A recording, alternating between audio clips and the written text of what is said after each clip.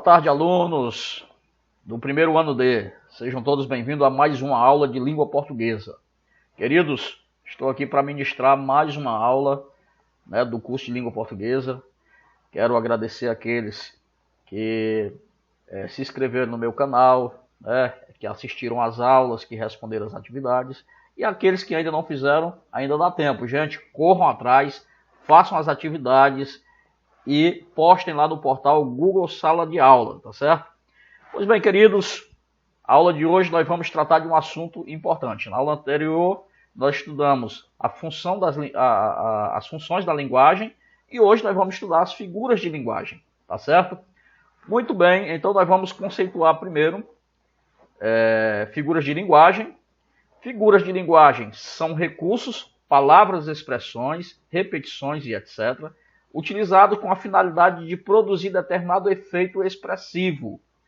Na verdade, as figuras de linguagem elas são recursos estilísticos usados para dar maior ênfase à comunicação e torná-la mais bonita, mais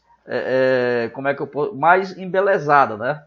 Então, na verdade, ela torna a comunicação mais bonita. Então, dependendo da função, as figuras de linguagem elas podem ser figuras de palavras ou semânticas, figuras de pensamento, figuras de sintaxe ou construção, e figuras de som ou harmonia. Essa é a divisão que nós podemos, assim, dividir as figuras de linguagem, tá certo? Como no livro de vocês não há essa divisão, elas estão um pouco misturadas, tanto nós temos as figuras de palavras semânticas, como as de pensamento e a de sintaxe, né? Então eu vou explicar aqui apenas as que estão listadas no livro de vocês, tá certo? E a primeira delas é metáfora. O que é uma metáfora? Gente, a metáfora ela é uma comparação implícita. É uma figura de linguagem em que nós vamos encontrar uma comparação implícita. E ela é muito utilizada nos textos poéticos. Ela pode tornar o discurso mais elegante, né? Por exemplo, o personagem do livro tem o coração de pedra. O personagem do livro tem um coração de pedra. Gente, aí nós temos uma metáfora, tá? A palavra ela não foi escrita na sua versão dicionarizada, tá? Nós utilizamos aqui uma metáfora que embeleza um pouco mais o texto, né? Torna-o mais bonito.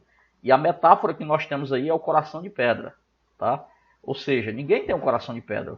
Então, ao invés de dizer que a personagem é insensível, né, o autor aqui ele procurou substituir essa palavra por uma outra palavra. Ele usa a expressão coração de pedra, que quer dizer o quê? Uma pessoa insensível, né? Então, nós podemos comparar o coração aqui a uma pedra, para expressar o quê? O quanto ele é duro, né? O quanto ele é duro. Então, as pessoas que têm o coração duro, na verdade, é uma expressão de dizer que a pessoa é insensível. Ele não se sente com qualquer coisa, né? Então, isso é uma metáfora. E a metáfora, como eu falei para vocês, é uma comparação implícita, ok? Vamos ver mais outros exemplos aqui, ó. Gabriel é um gato. Nesse caso aqui, subentende-se que o Gabriel ele tem a beleza do felino, né? Não é que ele é um gato propriamente dito, né? A expressão gato aqui, ela nos diz que ele tem uma beleza, né? Então, quantas vezes você vê uma garota na rua e diz, mas aquela menina é gatinha demais. Quer dizer, bonita. A expressão gato aqui significa o quê? Belo, bonito. Lucas é um touro, tá? Olha só, nós temos aqui uma comparação implícita, né? Ele compara Lucas com o touro. Então, na verdade, a expressão touro aí, ela é uma comparação implícita. E aí, nesse caso, nós vamos chamar ela de metáfora. E já eu vou dizer qual a diferença da metáfora e a comparação. Então, quando eu digo que Lucas é um touro, subentende-se que a expressão touro trata de quê? Da força que Lucas tem, né? Ludmila é fera Em matemática, gente, a metáfora aí é a expressão fera, tá? Subentende-se que ela é esperta, trata-se da esperteza dela na disciplina matemática, ou seja, ela é boa de matemática. Então é isso que a expressão fera quer dizer. Isso é uma metáfora. Então nós empregamos no nosso dia a dia sempre algumas metáforas, né? Então, comparação. O que é a comparação? A comparação ela é uma figura de linguagem caracterizada pela analogia explícita. Aí, nesse caso aqui, nós fazemos uma comparação explícita. Não é como a metáfora, né? Entre os termos de um enunciado, já que conta com a presença da conjunção ou locução conjuntiva comparativa. A comparação ela é muito fácil de eu identificá-la, por quê? Porque ela já vem com uma conjunção ou locução conjuntiva comparativa. Tá? Aqui a comparação ela é mais explícita. Exemplo. E que teu riso penetra na alma, como a harmonia de uma orquestra santa. Então, na verdade, o como aí é uma conjunção comparativa, né? Então, que teu sorriso penetre a harmonia de uma orquestra, né? Eu posso dizer assim, eu posso dizer que Mário é tão inteligente quanto Maria, tá? Então eu estou fazendo uma comparação explícita. Então a comparação eu vou conseguir identificá-la pelas conjunções ou locução conjuntiva comparativa, tanto como, tanto quanto, né? Quanto ou como, né? Então são as locuções que nós usamos para fazer a comparação. Então a comparação ela se caracteriza pela analogia explícita que nós fazemos através da conjunção, de comparação, tá certo? Bom, aí nós temos aqui metáfora e comparação. Se vocês observarem o quadrinho aí, né, a moça diz assim: acorda, Armando, você não sabe que o amor é como uma flor? Se não for regada e bem cuidada, ela murcha e morre. O amor é como o motor do carro, Armando. Se não trocar o óleo e não cuidar da mecânica, uma hora ele não funciona mais. Ah, entendi. Bom, o Armando entendeu aí o que ela quis dizer agora, né? Muito bem.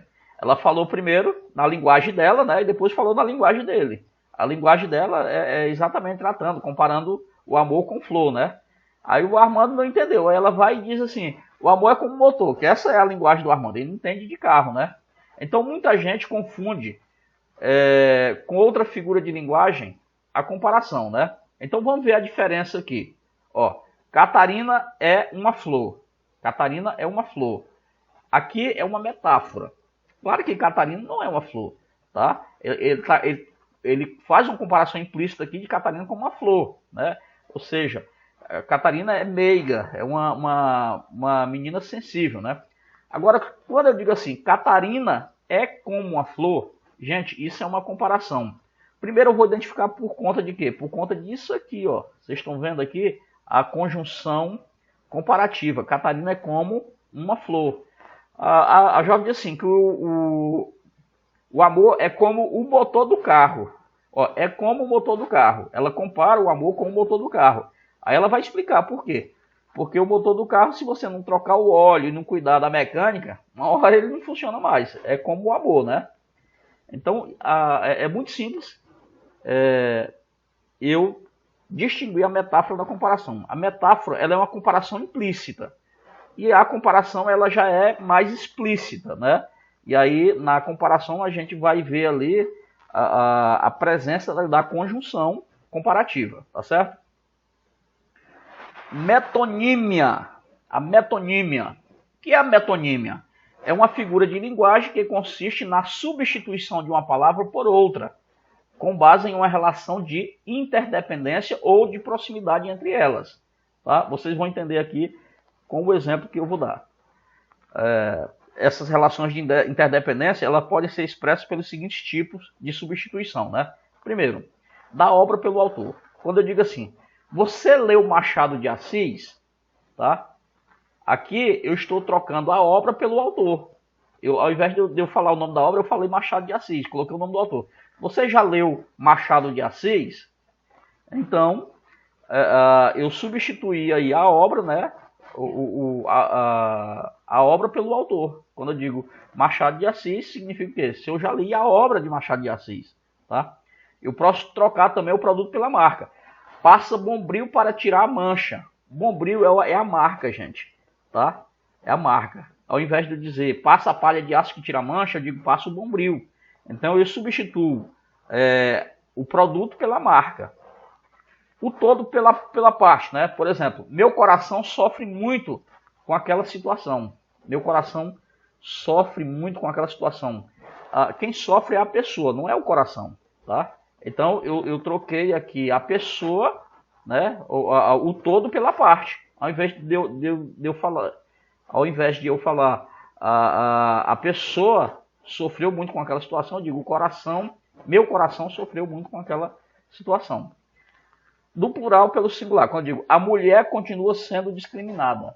A mulher continua sendo discriminada. Quando eu falo a mulher, gente, eu estou falando de todas as mulheres, eu estou generalizando, né? Então a mulher, ela representa o quê? Todas as mulheres. Então eu substituo o plural pelo singular. Do que está dentro, né, do conteúdo, pelo que está fora, pelo continente. Por exemplo, sempre gostou de um bom prato de comida. Sempre gostou de um bom prato de comida. O bom prato, né? Que é de comida, né? Assim, sempre gostou de um bom prato, né? Quando eu chego no restaurante e pergunto qual é o prato de hoje, né? Qual é o prato que vocês têm aí que é mais vendido? Eu não falo do prato em si, gente. Eu estou falando da comida, né? Então, essa relação de interdependência aqui, nessa figura de linguagem, ela se dá quando eu substituo essa palavra por outra palavra que tem relação, tá? Deixa eu dar um exemplo para vocês aqui. Por exemplo, Paulo viajou para a Ilha do Amor, né? Alguém sabe o que é a Ilha do Amor? A Ilha do Amor é São Luís, né? Então, eu substituo a palavra São Luís por uma expressão que representa, né? Que representa, por exemplo, a Cidade Luz, Paris, né? Então, isso é uma metonímia, né? Tá? A metonímia é a figura que consiste na substituição de uma palavra por outra. E essa outra palavra ela tem que ter uma relação de interdependência ou de proximidade com a substituída, tá certo? Efeito pela causa, objeto pela matéria. Por exemplo, no objeto pela matéria eu posso dizer assim, esta cidade é cheia de concreto, né? Então, eu troquei o prédio, né, pela matéria que eles são construídos, que é o concreto, né? E assim por diante. Nós temos várias outras, né? Do concreto pelo abstrato, né? Por exemplo, o terrorista foi localizado pela inteligência francesa. A inteligência francesa, quer dizer, o especialista em segurança, tá? Outro muito usado aqui, ó, da pessoa pelo instrumento que utiliza, né? Você é um bom garfo. Você é um bom garfo, ou seja, você é um comilão. Bom garfo quer dizer comilão, tá? Então, nesse caso aqui, nós temos uma metonímia. E a antíntese. Eu não usei o exemplo do livro de vocês, porque é um exemplo muito complicado para vocês entenderem. Eu fiz aqui um resumo e trouxe um exemplo mais fácil de vocês entenderem. Primeiro, a antíntese é um recurso de linguagem que consiste em aproximar palavras ou ideias de sentidos opostos. Exemplo, gente. Toda guerra finaliza por onde devia ter começado a paz, tá? Então, nós fazemos aí... Quais são as palavras aí que têm sentidos opostos? Eu tenho aqui a palavra guerra e a palavra paz, tá? Então, a antíntese, ela trata exatamente desse recurso linguístico que consiste em aproximar palavras ou ideias de sentidos opostos. Então, guerra é o contrário de paz. O paradoxo. O paradoxo ele representa o uso de ideias que têm sentidos opostos, não apenas de termos, como é o caso da antítese, né? Mas nesse caso aqui nós temos aqui as ideias, né? Por exemplo, estou cego de amor e vejo quanto isso é bom. Então há uma contradição aqui. Como é possível estar cego e enxergar ao mesmo tempo, né?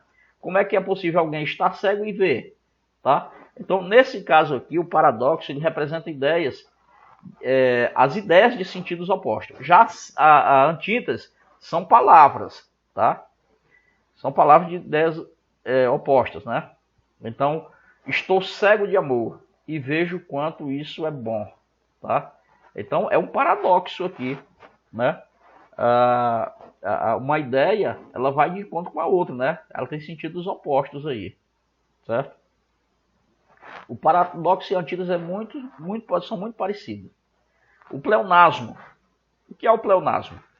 O pleonasmo é um recurso de linguagem que consiste na redundância ou na repetição de certas ideias com o fim de conferir maior ênfase ao enunciado.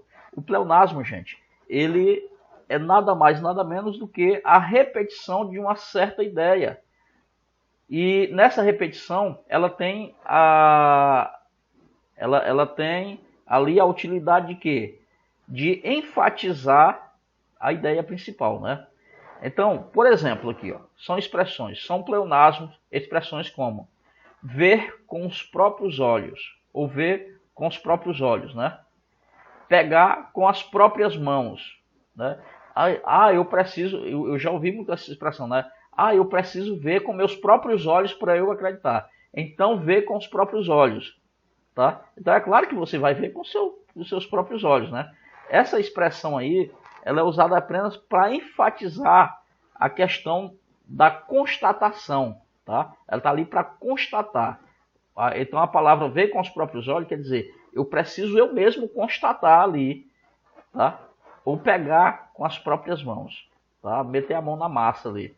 Então, apesar de os pleonasmos serem recursos geralmente bem aceitos na nossa língua, gente, há alguns que nós vamos chamar de pleonasmo vicioso, né? Como subir para cima, descer para baixo, entrar para dentro, né? Então, esses são chamados vícios de linguagem e a gente deve evitar, né? O sair para fora. Sai para fora!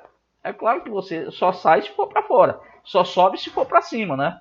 Então, esses são chamados de vícios de linguagem. Mas, na verdade, o pleonasmo mesmo em si, ele serve apenas para essa redundância, essa repetição, né, da ideia ali com a finalidade de enfatizar o enunciado, tá? Aí o pleonasmo bem construído, é aceito, né? Personificação ou prosopopeia.